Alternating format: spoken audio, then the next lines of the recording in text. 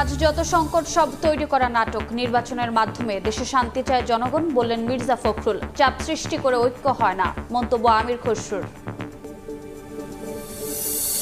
নির্বাচন নিয়ে শঙ্কার কোনো কারণ নেই, ফেব্রুয়ারির প্রথমার্ধে ভোট, ফের জানালেন আইন উপদেষ্টা। আচরণবিধি হাতে পেলে রাজনৈতিক দলের সঙ্গে সংলাপে বসবে ইসি।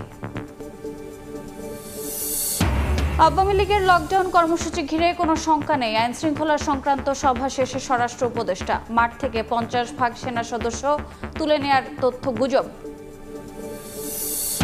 বিএনপির সঙ্গে আইএমএফ এর প্রতিনিধি দলের বৈঠক, অন্তর্বর্তী সরকারের আমলে আসছে না ঋণের ষষ্ঠ কিস্তি। নির্বাচিত সরকারের কাজ দেখে সিদ্ধান্ত, জানালেন অর্থ উপদেষ্টা।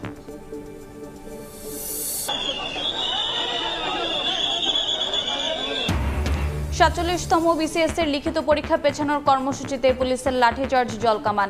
3 দাবিতে প্রাথমিক শিক্ষকদের কর্মবিরতি, 2 উপদেষ্টার পদত্যাগ দাবি।